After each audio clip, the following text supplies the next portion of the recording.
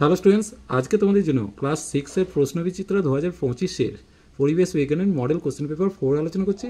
স্কুলের নাম Krishnanagar government girls high school, page number 214। চলো প্রথমে ফিজিক্যাল সায়েন্স পার্টটা দেখে নেবো। একের দাগ, সঠিক উত্তরটি নির্বাচন করে লেখো। 10টা তোমাদের এমসিকিউ প্রশ্নের উত্তর করতে হচ্ছে। প্রথম যে কোশ্চেনটা দেওয়া আছে, হিমাটাইট যে ধাতুর আকরিক সেটি হলো লোহা, অর্থাৎ এর উত্তরটা।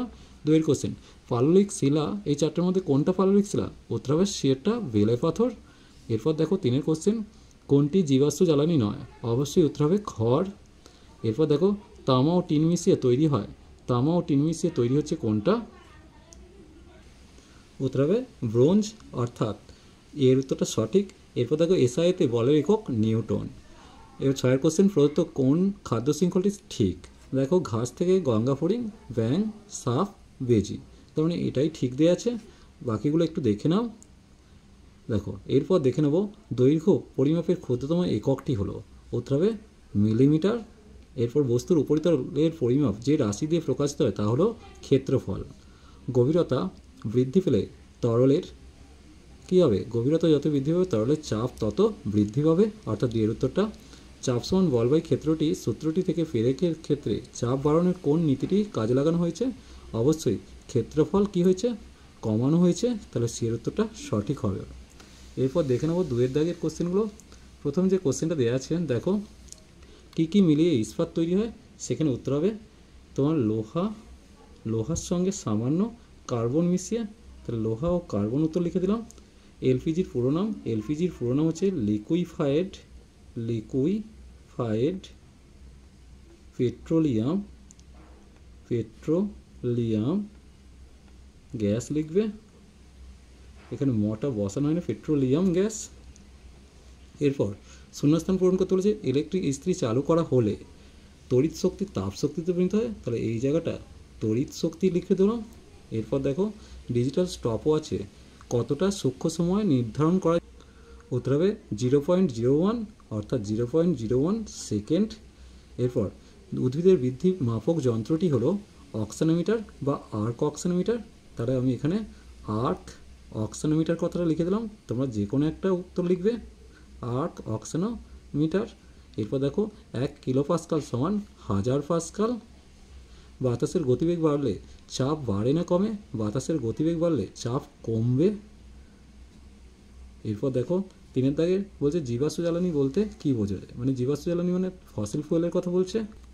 দেখো কয়লা, পেট্রোলিয়াম প্রভৃতি মাটির গভীর থেকে উত্তোলন করে জ্বালানি হিসেবে ব্যবহৃত হয়, এগুলোকেই বলে জীবাশ্ম জ্বালানি। এরপর দেখো ব্রিজ কেন ইস্পাত দিয়ে তৈরি হয়? সাধারণত লোহার সঙ্গে সামান্য কার্বন মিশিয়ে স্টিল তৈরি হয়, অর্থাৎ ইস্পাত তৈরি হয়। সেই ইস্পাত অনেক বেশি শক্ত, এটা উত্তর হবে অনেক বেশি শক্ত ও অনেক ভার সহ্য করতে পারে বলে ব্রিজ ইস্পাত দিয়ে তৈরি হচ্ছে। এরপর দেখো ম্যাগমা কাকে বলে? দেখো মাটির যত গভীরে যাওয়া যায় চাপ ও উষ্ণতা বাড়ে। পৃথিবীর গভীরের চাপ আর উষ্ণতা এতই বেশি যে সেখানে পাথর থাকে তরল অবস্থায়, একে বলে ম্যাগমা, অর্থাৎ পৃথিবীর এখান থেকে ম্যাগমা পর্যন্ত লিখছ। এরপর দেখো কি দিয়েছে, বেগের এসআই একক লিখো। বেগের এসআই একক হচ্ছে মিটার পার সেকেন্ড। এরপর বেগের একক প্রাথমিক একক লব্ধ একক, বেগের একক লব্ধ একক, কারণ বেগ মানে হচ্ছে দূরত্ব বাই সময়, অর্থাৎ দুটি প্রাথমিক রাশির সমন্বয়ে বেগটা তৈরি হয়েছে। লিখে নাও, বেগ সমান দূরত্ব বাই সময়, এই দুটো প্রাথমিক রাশির সমন্বয়ে তৈরি হয়েছে, তাই বেগ একটি লব্ধ একক। স্টপওয়াচের দুটি ব্যবহার, 1 নম্বর হচ্ছে সাঁতার প্রতিযোগিতায়,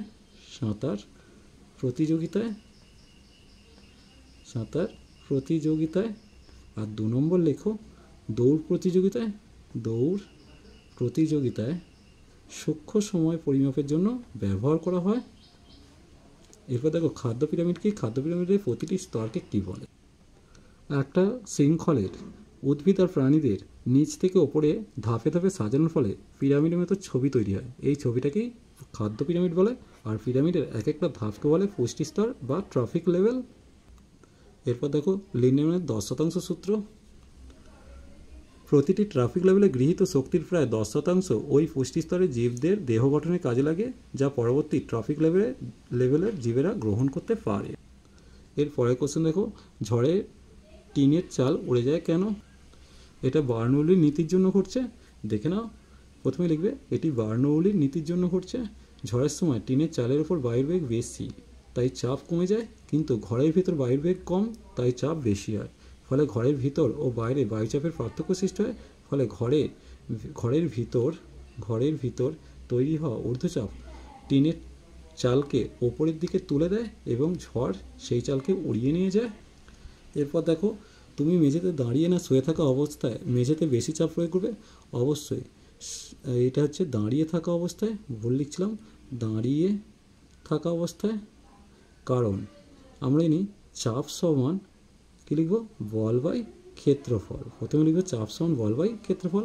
এখন শুয়ে থাকলে ক্ষেত্রফল বেশি, তাই চাপ কম, কিন্তু দাঁড়িয়ে থাকলে ক্ষেত্রফল খুবই কম হয়, তাই চাপ বেশি হয়। বাঁধের তলদেশ চওড়া হয় কেন? দেখো, যত জলের গভীরতায় যাওয়া যায় জলের চাপ তত বাড়তে থাকে, তাই বাঁধের তলদেশের গভীরতা বেশি, জলের চাপ বেশি, তাই জলের চাপকে প্রতিহত করার জন্য বাঁধের তলদেশ চওড়া করা হয়। এরপর লাইফ সায়েন্স পার্টটা দেখে নেব। প্রথমে দেখো এমসিকিউ প্রশ্ন দিয়েছে, এখানে 4টে এমসিকিউ প্রশ্ন তোমাদের দিয়েছে। হৃৎপিণ্ডে যে প্রকোষ্ঠ থেকে অধিক অক্সিজেনযুক্ত রক্ত সারা দেহে ছড়িয়ে পড়ে, তাহলে সারা দেহে ছড়িয়ে পড়ছে বাম নিলয় থেকে। ঠিক আছে, উত্তর হবে বাম নিলয়। এরপর দেখো, মানব দেহে গ্যাসীয় আদান প্রদান ঘটে ফুসফুসের বায়ুথলির মাধ্যমে। দেহবর সূচক 43 হলে এই অবস্থাকে বলে কী হবে, স্থূলত্ব। শনি চক্র ও ফিমারের সন্ধি হলো, কোনটা উত্তর হবে? উত্তর হবে বল ও সকেট সন্ধি। তাহলে এটা লাল রসে থাকা এই সেল জীবাণু ধ্বংস করে, এটা মিথ্যা হবে। এটা কি হবে, পাকস্থলীর রসে হবে, পাক রসে। ফুসফুসীয় ধমনী বিশুদ্ধ রক্ত বয়ে নিয়ে যায়, তাহলে এটা মিথ্যা হবে। ফুসফুসীয় ধমনী দূষিত রক্ত বহন করে। একজন পূর্ণবয়স্ক মানুষের শরীরে 206টি অস্থি থাকে, এটা ঠিক আছে। দেহবর সূচক নির্ণয়ের সূত্র হলো দেহবর সূচক সমান ওজন বাই উচ্চতা স্কয়ার, এটাও সত্য দেওয়া আছে। এরপর শিরা ও ধমনীর পার্থক্য লিখতে বলেছে, দেখে নাও। শিরা সাধারণত দূষিত রক্ত পরিবহন করে, ব্যতিক্রম হচ্ছে ফুসফুসীয় শিরা।